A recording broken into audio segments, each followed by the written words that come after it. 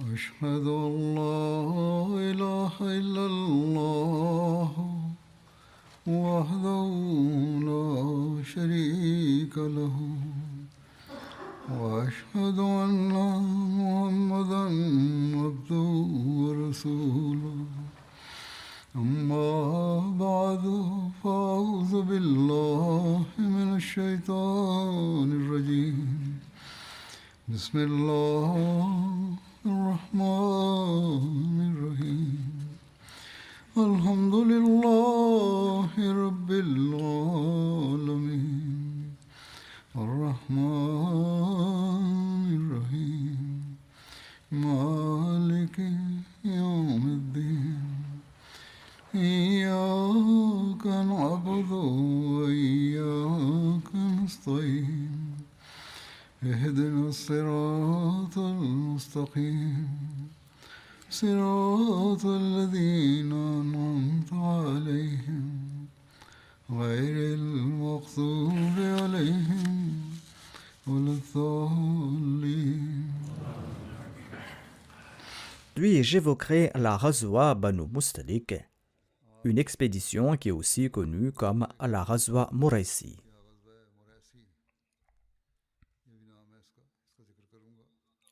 Quand a eu lieu cette Ghazwa? Les biographes divergent quant à ce sujet. Selon Allama ibn Ishaq, Tabari et ibn Hisham, la Ghazwa Banu Mustalik a eu lieu au cours du mois de Charban en l'an 6 de l'Hégire.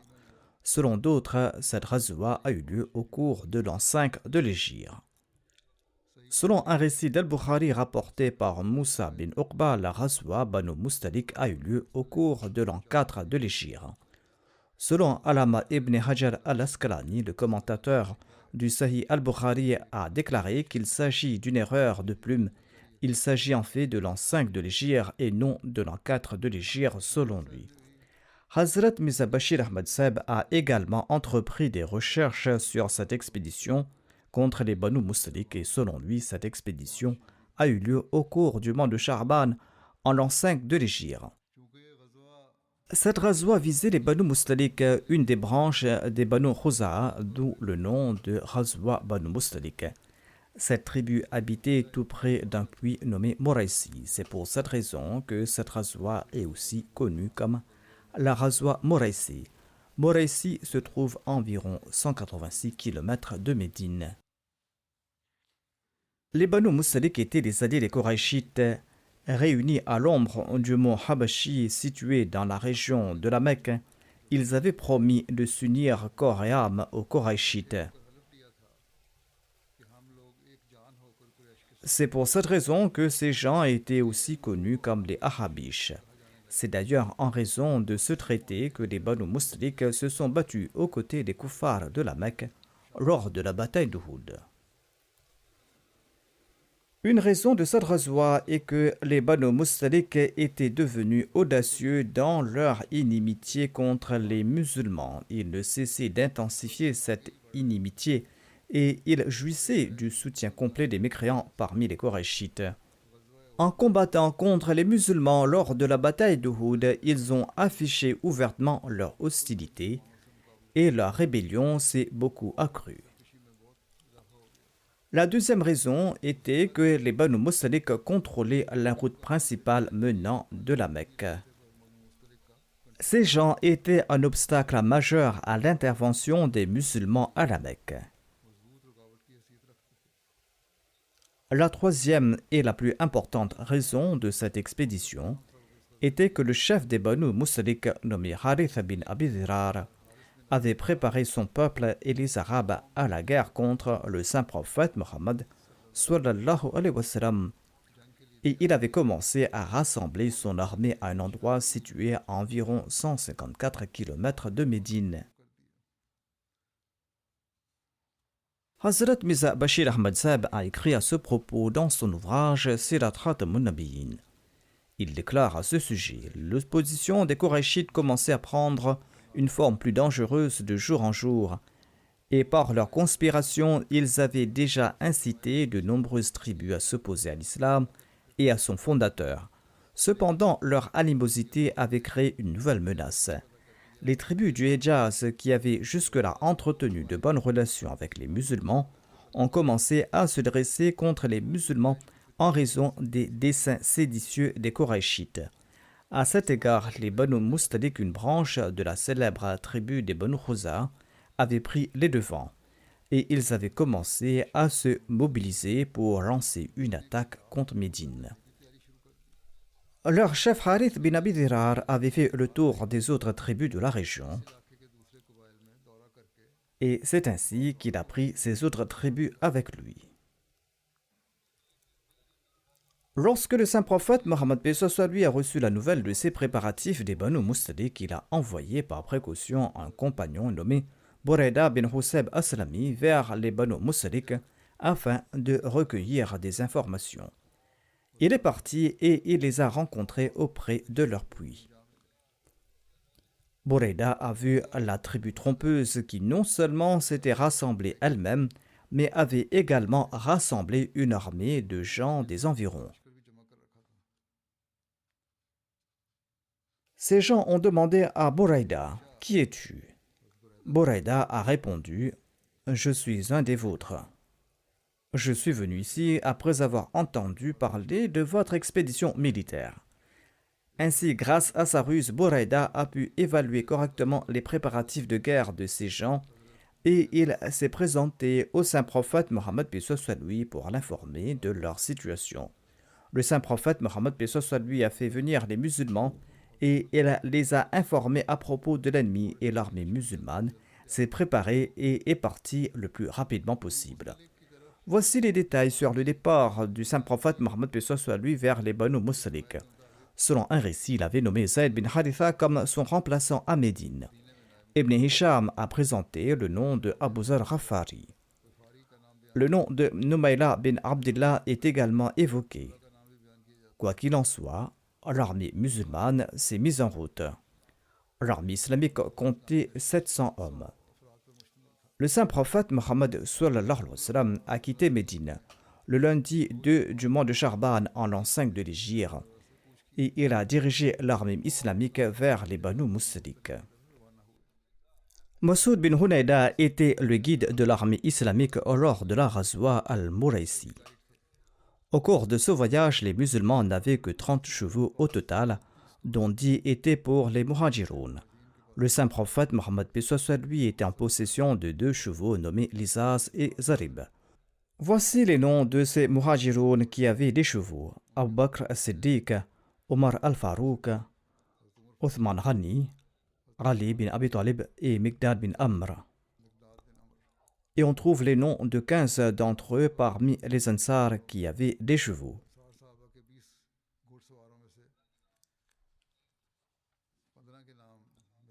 Il y avait Sa'd bin Mu'adh, Usayd bin Hudayr, Abu Abbas bin Jabar, Qatada bin Nu'man, Uwam bin Saïda, Nu'man bin Adi, Sa'd bin Zayd al-Ashari, Harith bin Hazma, Mu'adh bin Jabal, Abu Qatada, Abu Ubay bin Ka'b, Khubab bin Munzir, Ziyad bin Labid, Farwa bin Amr et Mu'adh bin Rifa bin Rafi.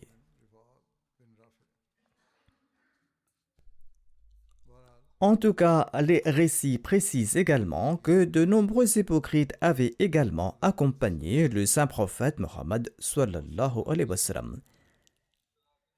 Il n'avait jamais participé à une expédition de ce type auparavant.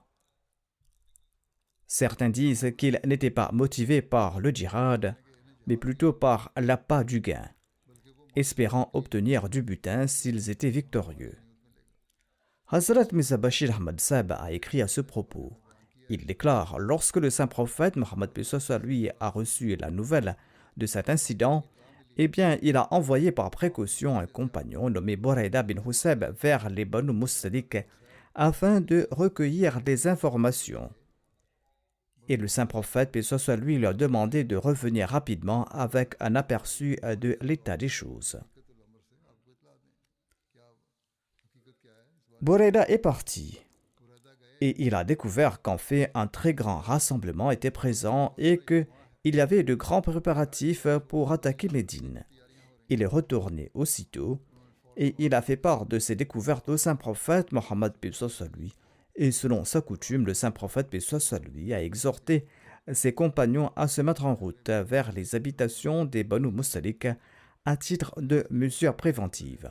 Au lieu d'attendre un assaut de leur part, le saint prophète paix soit lui a décidé de partir à leur rencontre.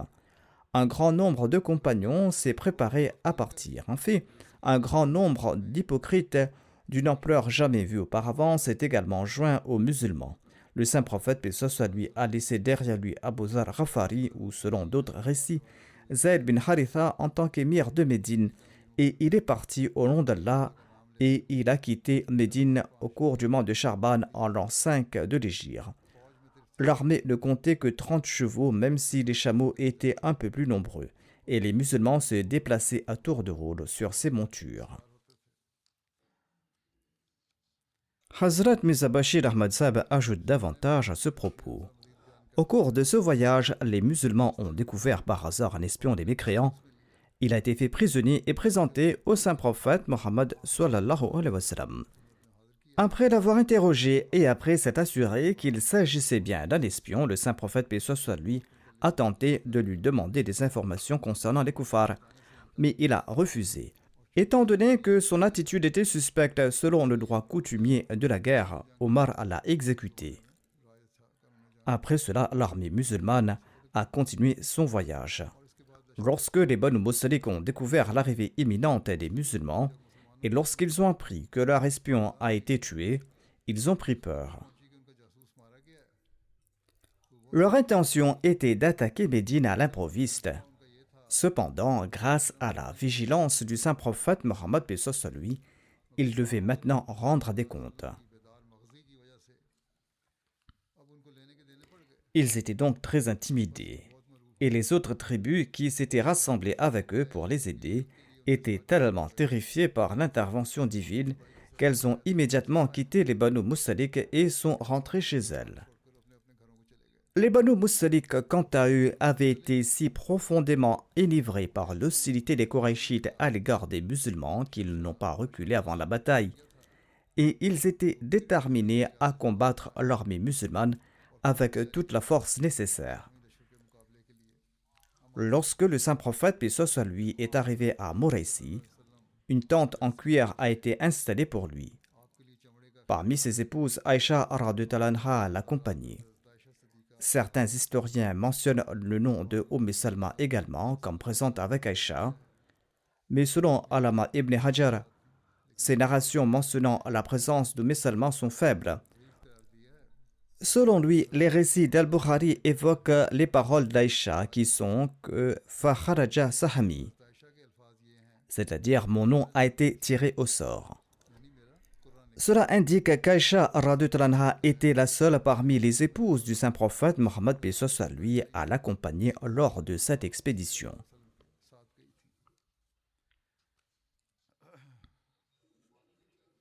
Quel était le slogan des musulmans lors de cette expédition? Selon Ibn Hisham, le jour de la bataille contre les Banu Mustalik, le slogan des musulmans était Ya Mansour Amit Amit, c'est-à-dire ô toi qui jouis du soutien de Dieu, attaque, attaque.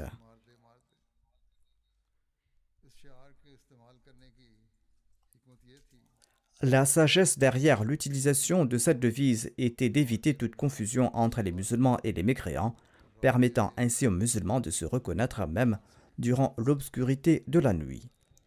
Le saint prophète Mohammed paix soit lui a organisé les rangs de ses compagnons et le drapeau des Muhajiroun a été confié à Abu Bakr as-Siddiq radhiyallahu anhu.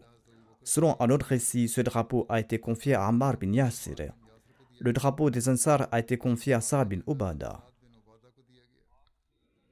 Le saint prophète Mohammed sallallahu alayhi wa sallam a ordonné à Omar d'annoncer ceci à l'armée ennemie. Aux gens, annoncez qu'il n'y a pas de divinité digne d'adoration sauf Allah, et par lui sauvez vos vies et vos biens. Omar radhiyallahu anhu a suivi l'instruction du saint prophète Mohammed paix soit lui, mais les polythéistes ont rejeté cette invitation. Il y a eu des tiers alors que pendant un certain temps, un homme parmi des polythéistes a tiré le premier et les musulmans ont également envoyé des flèches Ensuite, le saint prophète, paix soit sur lui, a ordonné à ses compagnons d'attaquer. Ils ont lancé une attaque unie et aucun des polythéistes n'a pu s'enfuir. 10 d'entre eux ont été tués et les autres ont été faits prisonniers. Le saint prophète, paix soit sur lui, a fait prisonnier leurs hommes, leurs femmes, leurs enfants et leurs animaux. Hazrat Mirza Bashir Ahmad Sahib explique ceci à ce propos. Lorsque le saint prophète, paix soit sur lui, est arrivé à Moraisi, tout près de l'endroit où se trouvaient les Banu Mustalik, un lieu situé entre la Mecque et Médine, tout près de la côte, eh bien, il a ordonné l'installation du camp. Et après avoir organisé les rangs et distribué les drapeaux, le saint prophète Mohammed lui a ordonné à Omar d'avancer et d'annoncer aux Banu Mustalik que s'ils renonçaient à leur inimitié envers l'islam et s'ils acceptaient l'autorité du saint prophète Mohammed sallallahu alayhi wa sallam, la paix leur sera accordée et les musulmans retourneront de là.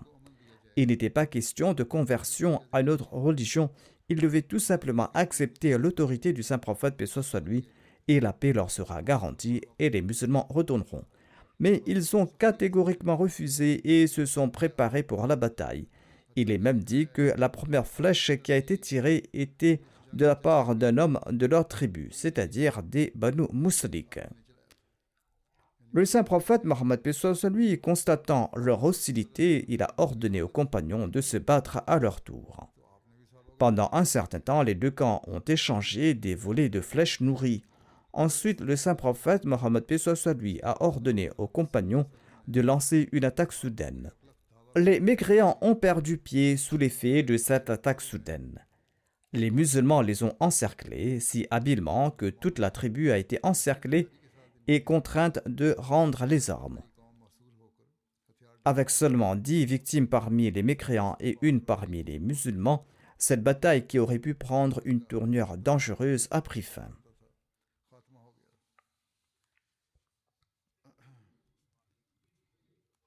Aujourd'hui, je dois également mentionner un martyr et certains défunts, c'est pourquoi j'ai raccourci mon sermon. Cependant, je voudrais également attirer votre attention sur la prière à l'occasion du mois de Muharram, le mois de Muharram que nous sommes en train de traverser actuellement. Ce mois concerne un événement tragique qui a marqué le sommet de la cruauté de la barbarie. Le petit-fils du saint prophète Mohammed sallallahu alayhi wa sallam et les membres de sa famille ont été tués. Mais malheureusement pour les musulmans, au lieu d'en tirer des leçons, ces exactions se poursuivent. Au cours du mois de Muharram, les incidents de violence sectaires chiites et sunnites ou des attentats terroristes augmentent. Il y a des pertes de vie des deux côtés. En fait, ce sectarisme et cette soif d'intérêt personnel ont créé des troubles et le chaos dans le monde musulman. Tout au long de l'année, des ulémas, divers groupes et des gouvernements musulmans font preuve de cruauté et d'oppression les uns envers les autres. Personne ne semble comprendre qu'il faut tirer des leçons de ces situations et qu'il faut craindre Dieu. D'ailleurs, ces musulmans ne sont pas prêts à accepter le plan que Dieu a établi selon sa promesse, plan pour mettre fin à ce chaos. Ces gens-là ne veulent pas accepter le Messie promis d'Islam, ne veulent pas lui prêter allégeance. Ceci est d'ailleurs le seul moyen d'unir la communauté musulmane. Ceci est le seul moyen pour mettre fin à ces troubles.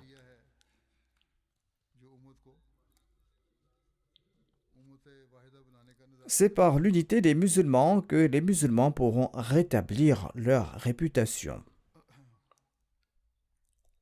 Ceci est là l'unique moyen pour rétablir leur réputation. Si seulement ces gens pouvaient comprendre cela. Quoi qu'il en soit, durant ces jours, les Ahmadis doivent se concentrer sur la récitation du Daroud Sharif et sur des prières spéciales pour l'unité des musulmans. nous devons également nous concentrer sur l'amélioration de notre état personnel et sur le renforcement de notre relation avec Dieu. Que Dieu nous accorde à tous la grâce d'agir en ce sens. Comme je l'avais mentionné, j'évoquerai un martyr et des défunts. Le martyr, quant à lui, se nomme Bunja Mahmoud. Il était membre de la communauté Ahmadiyya de Tamanjaro du Togo.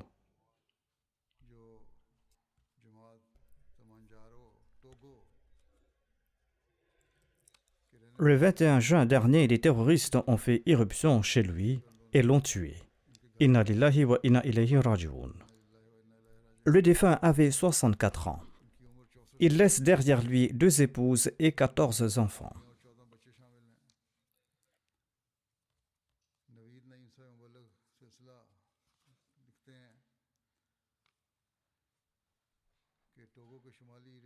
Navid Naim Saeb, un missionnaire de la communauté, écrit que la communauté de Tamanjaro est située tout près de la ville principale de la région nord du Togo, à la frontière avec le Burkina Faso.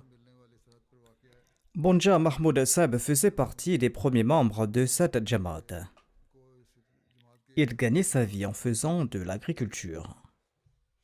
Il avait construit une résidence temporaire où il se déplaçait pendant la saison pluvieuse avec ses femmes et ses enfants. Pendant la période sèche, il retournait au village qui était assez éloigné. Ensuite, il retournait à sa ferme durant la saison des pluies. Ces jours-ci, il était présent sur sa ferme lorsqu'à 8 heures du soir, le 21 juin, 4 terroristes ont pénétré dans sa maison. Ils ont allumé une lampe.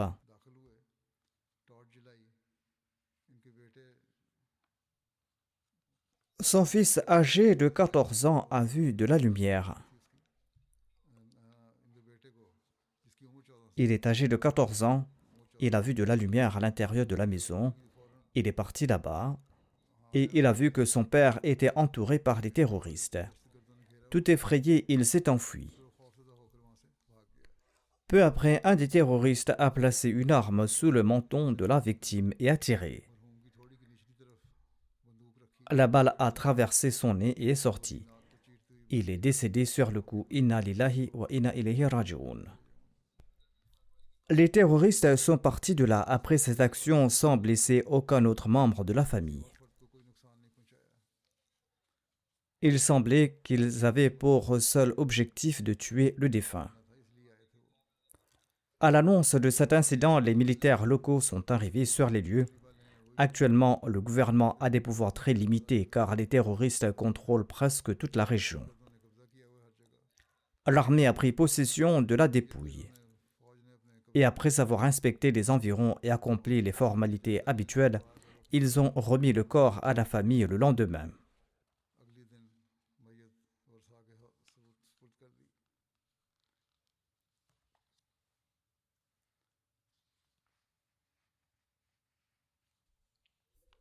Selon l'imam Belou, un missionnaire local de longue date, le défunt faisait partie des premiers à prêter le serment d'allégeance à la communauté Ahmadiyya dans la région.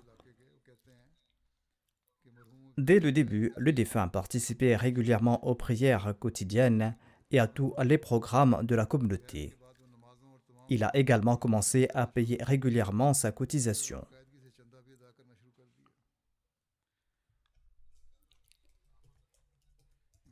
Le missionnaire responsable de la région Jadama Tahir Sab relate que peu de temps après avoir prêté le serment d'allégeance en 2007, le ramadan commençait dans la région. C'était la raison des pluies et les préparatifs des terres pour les cultures avaient déjà débuté. Certaines personnes du village ont commencé à se moquer du défunt en disant que maintenant que tu es musulman, tu vas jeûner ou travailler dans les champs. Tu ne pourras pas travailler aussi dur en jeûnant, alors que nous allons travailler et nous aurons de bonnes récoltes. Il a répondu que j'ai accepté l'islam de tout mon cœur et je vais devoir jeûner. Allah est le maître des récoltes. Je ferai autant de travail que je pourrai accomplir et je recevrai ce qui m'est destiné. Allah m'accordera certainement des récoltes. Par miracle, les pluies ont cessé pendant ces jours-là et il n'a pas plu durant tout le ramadan. Le défunt put jeûner tranquillement et le lendemain de l'Aïd, les pluies ont débuté. Et comme c'est la coutume dans le village et la région, tous les gens sont sortis et se sont dirigés vers leurs champs. Allah a également empêché ceux qui se moquaient de lui de travailler, et il a accordé à son serviteur la grâce d'accomplir ses actes d'adoration. 4 ans après la fondation de la communauté, le centre a décidé de construire une mosquée. Les non-Ahmadis ont fait beaucoup de pression sur le défunt en lui disant qu'il n'avait pas besoin de mosquée et qu'il devait prier dans leur mosquée. Mais le défunt a répondu que les Ahmadis allaient construire leur propre mosquée. Et après avoir construit la mosquée, il priait régulièrement les 5 prières quotidiennes à la mosquée lorsqu'il était au village. Son frère aîné, M. Yacoub, relate qu'il avait un cœur tendre et ne souhaitait jamais du mal de personne. Quand la famille avait un problème et que personne ne pouvait résoudre ce problème, il se rendait auprès du défunt qui trouvait une solution facilement. Que Dieu élève le rang du défunt et qu'il accorde à ses enfants et à sa descendance la capacité de perpétuer ses bonnes œuvres. Que Dieu mette également fin aux activités des terroristes dans ces régions et qu'Allah rétablisse la paix et la sécurité. On dit que ce sont des querelles internes entre les gens et que ce sont des groupes musulmans qui sèment la discorde. Mais en réalité, ces actes de terrorisme sont soutenus par les grandes puissances qui les encouragent pour servir leurs propres intérêts. Ensuite, ces grandes puissances prétendent instaurer la paix pour se poser en sympathisants. Si ces puissances ne soutenaient pas ces organisations, eh bien ces organisations ne pourraient pas fonctionner. Et les musulmans ne comprennent pas ce qu'ils font.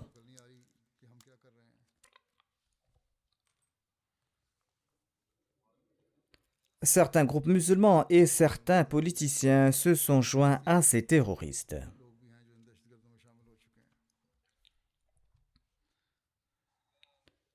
Le prochain défunt que j'évoquerai se nomme Rashid Ahmad Saheb. Il était l'ancien assistant du directeur de l'Umur-e-Amma. Il était le fils de Noor Hussein Saheb. Il est décédé récemment à l'âge de 86 ans. Inna lillahi wa inna ilayhi raji'un.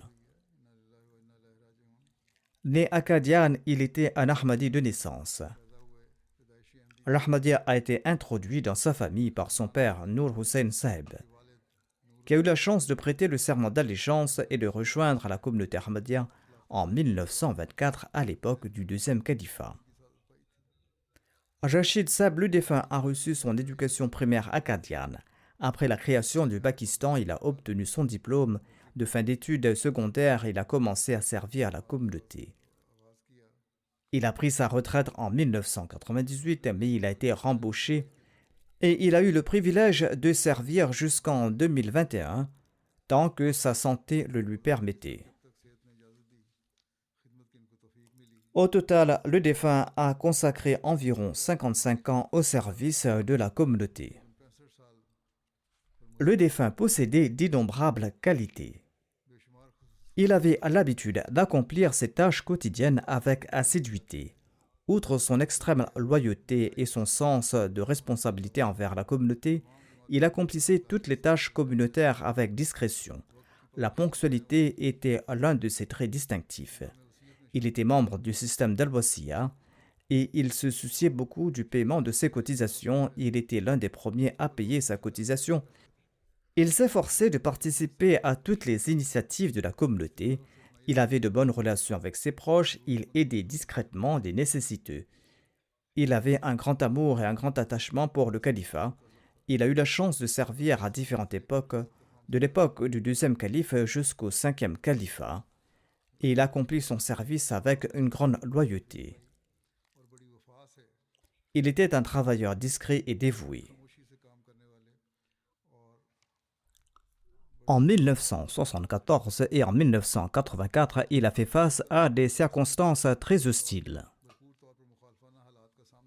Lors de la période de persécution en 1974, la police l'avait arrêté et la police l'emmenait à Faisalabad en bus. À Chignot, une foule d'opposants a attaqué le bus. Les policiers et les autres passagers du bus se sont enfuis, laissant le détenu tout seul. En étant menotté par la police, les manifestants l'ont gravement blessé à coups de couteau. Le défunt a survécu de manière miraculeuse et il a passé plusieurs mois à l'hôpital. Et après cela, il a été de nouveau transféré en prison. En raison de ses blessures, il avait perdu des doigts et il avait aussi reçu des blessures au visage et il lui était difficile pour lui de prendre la parole pendant un certain temps. Mais Allah lui a préservé la vie. En 1979, à Rabwa, une accusation infondée a été portée contre feu le troisième calife, qu'Allah lui fasse miséricorde, ainsi que contre d'autres responsables de la communauté. Rachid Ahmad Saheb faisait partie des accusés et l'affaire a traîné pendant une longue période aux tribunaux. En 1987, une autre accusation a été portée contre Rachid Ahmad Saheb et 3 autres responsables de la communauté au poste de police de Rabwa, les obligeant à fréquenter les tribunaux pendant plusieurs années. Amtou Sabour, la fille du défunt, déclare que le défunt était assidu à la prière en congrégation. Il était soucieux des droits des autres et il considérait les souffrances des autres comme la sienne. Et parfois, il renonçait à ses propres droits pour résoudre les différends. Sa fille ajoute que suite au décès de sa mère, elle a décidé de s'installer chez son père avec ses enfants. Dès son arrivée, son défunt père lui a donné ses conseils. Elle a dit que si elle voulait rester, elle devait apprendre à ses enfants d'accomplir la prière en congrégation. Ils doivent participer aux activités de la communauté, ils ne doivent pas sortir de la maison après le coucher du soleil et ils ne doivent pas refuser aux requêtes des responsables de la communauté. Sa fille ajoute qu'elle a beaucoup profité de cet apprentissage, qu'Allah accorde son pardon et sa miséricorde aux défunts et qu'il élève son rang et qu'il accorde à ses enfants et à sa descendance l'occasion de perpétuer ses bonnes œuvres. Le prochain défunt se nomme Chaudhry Mathur Rahmad Saheb, Naib Nazir Umuriama et fils de Chaudhry Ali Akbar Saheb. Il a rendu l'âme récemment à l'âge de 99 ans. Inna lillahi wa inna ilayhi rajiun. Le défunt était Ahmadi de naissance. L'Ahmadiyya a été introduit dans sa famille par l'entremise de son père Chaudhry Ali Akbar Saheb, qui a eu le privilège de prêter le serment d'allégeance à l'époque du deuxième califat en février 1916. Après la création du Pakistan, Chaudhry Ali Akbar Saheb a également eu le privilège de servir en tant que Naib Nazir Talim au sein de la Jamaat. Chaudhry Mathur Rahmad Saheb, le défunt, a reçu son éducation primaire acadienne. Après la création du Pakistan, il a complété ses études et il a rejoint le département de l'éducation. À sa retraite, il s'est consacré au service de la Jamaat et il a eu le privilège de servir en tant que Naib Nazir Umuriama pendant plus de 25 ans, et ce jusqu'à son dernier souffle. Homme de grande discrétion et d'une grande implication dans son travail, Chaudhry Mathur Rahmad Saheb était doté de nombreuses qualités. Dès son jeune âge, il a eu la chance de faire partie du système d'Al-Wasiya. Il tenait méticuleusement ses comptes et il était ponctuel et assidu aux prières en congrégation. Il était également un contributeur de première heure aux cotisations de la Jamaat et il avait un goût prononcé pour la connaissance de nature simple. Il entretenait des relations amicales et affectueuses avec tout le monde. Et s'il y avait le moindre désaccord avec un collègue, il était toujours le premier à tendre la main de la réconciliation. Au bureau, il accomplissait avec diligence et efficacité toute tâche qui lui était confiée. Il détestait profondément de laisser les tâches en attente et il a maintenu cette habitude tout au long de sa vie. Il ne laissait jamais le travail de bureau en suspens. Le défunt recommandait toujours de rester attaché au califat et d'obéir au système de la Jamaat. Et il disait souvent à ses proches, y compris à sa fille unique, que toutes les bénédictions résidaient que dans l'obéissance au califat.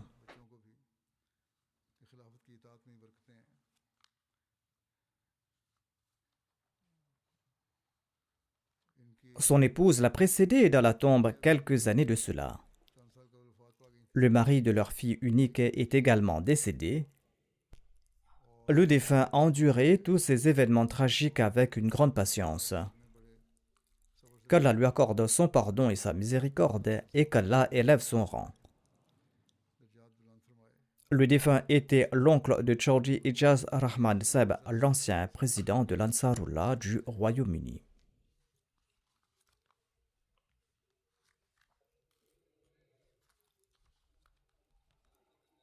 La prochaine défunte se nomme Manzoor Begum Sahiba, épouse de feu Mahmoud Ahmad Bhatti Saheb de Sargodha. Elle est décédée récemment. Inna lillahi wa inna ilayhi raji'un. La défunte était la belle-fille de Hazrat Chaudhry Ghulam Hussain Saheb, compagnon du Messie premier à l'Islam. L'Ahmadiyya a été introduit dans sa famille par l'intermédiaire de son oncle Chaudhry Ghulam Nabi Alvi Saheb et de son oncle vénéré Chaudhry Atta Muhammad Alvi Saheb. Ces deux nobles personnalités ont prêté le serment d'allégeance après avoir assisté à un débat à Chicha Watni. Le père de la défunte Chaudhry Muhammad Abdullah Saheb a ensuite accepté l'Ahmadiyya en 1935 après 3 ans de recherche. Le mari du défunt, Mahmoud Ahmad Bhatti, et son fils Tahir Mahmoud Bhatti ont également eu le privilège d'être des prisonniers pour la cause de Dieu.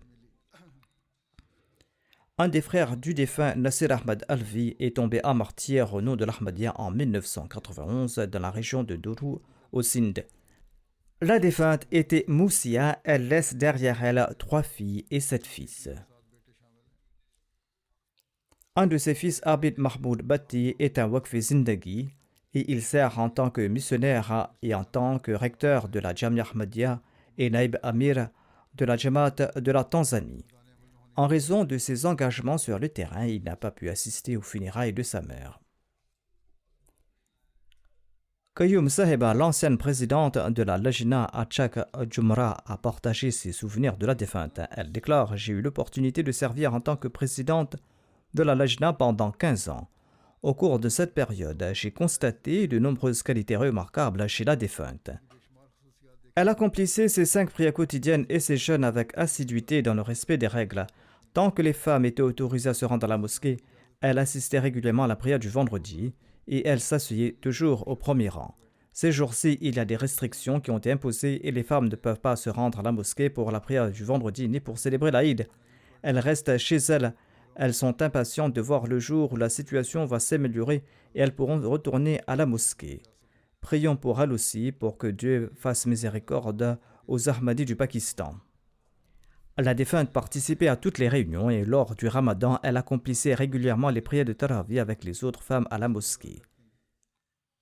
Et elle a toujours veillé à ce que ses enfants et ses petits-enfants soient également attachés à la mosquée.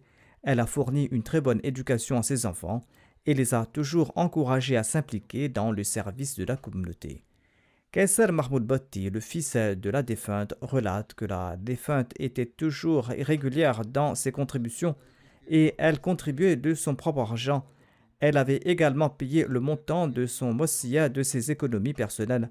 Ils lui ont proposé de payer la Hissa Jaidad, mais elle a catégoriquement refusé en disant que j'ai fait la wasiya pour la cause de Dieu et ceci est mon droit.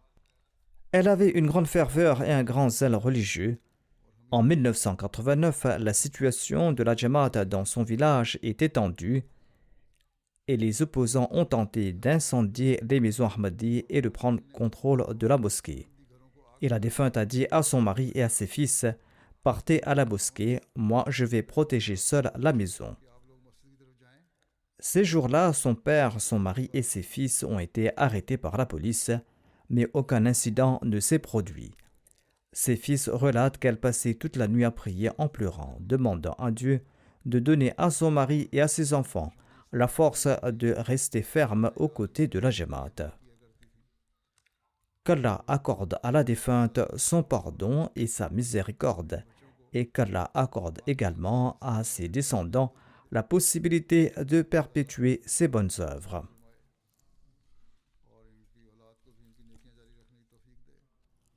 Le prochain défunt est le respecté Sa'adat Ahmad Ashraf Saheb, fils de M. Khurshid Mohammad Saheb, qui était un garde du corps du deuxième calife de la communauté Ahmadiyya. Il est décédé récemment à l'âge de 83 ans. Inna lillahi wa inna ilayhi raji'un.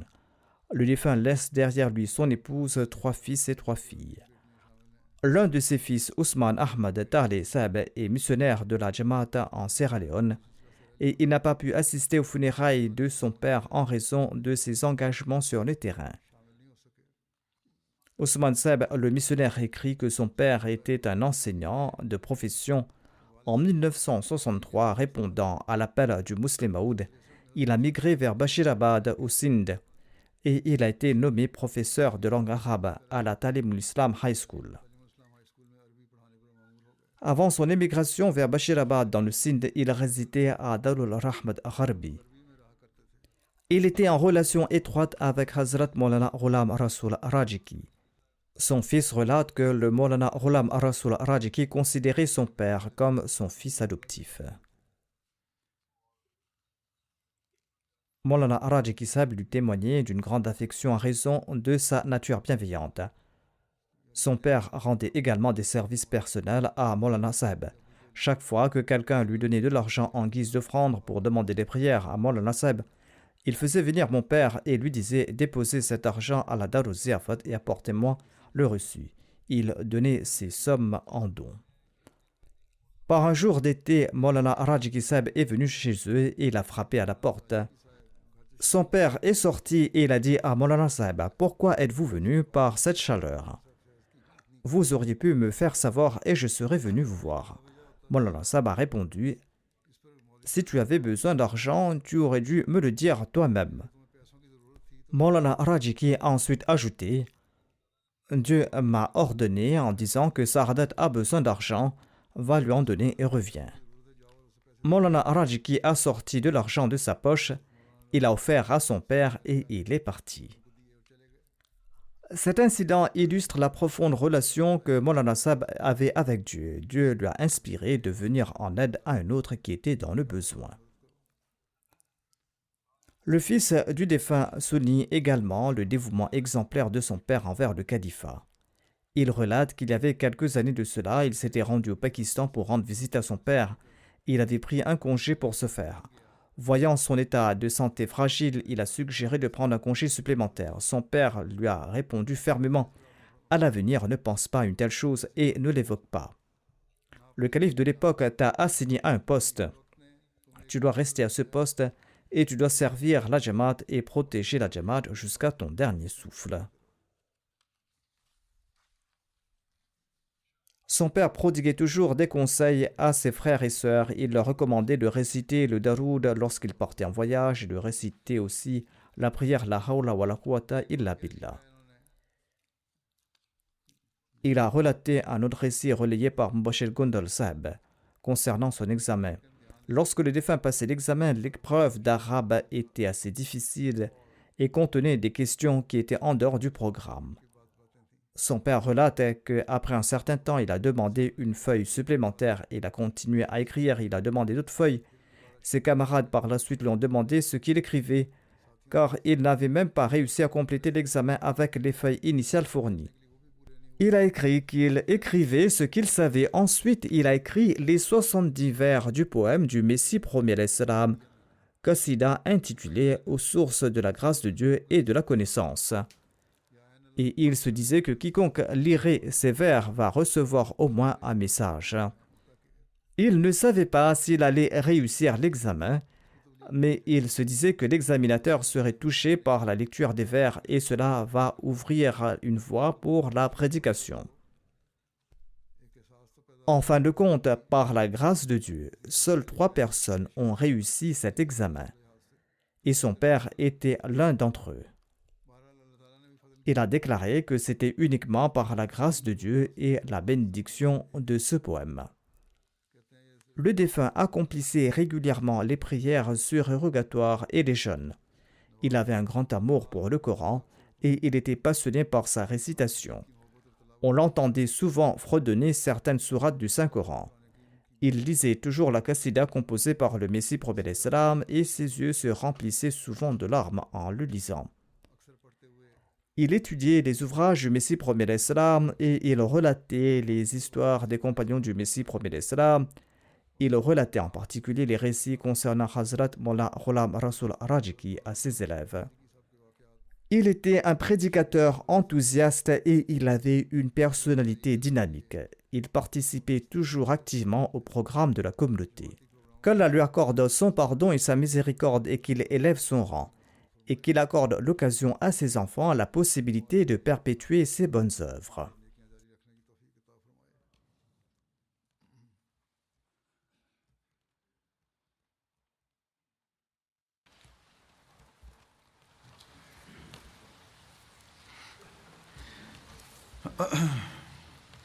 Alhamdulillah, alhamdulillah, nahmaduhu wa nasta'inuhu wa nastaghfiruhu wa nu'minu bihi wa natawakkalu alayhi wa na'udhu billahi min shururi anfusina wa min sayyiati a'malina.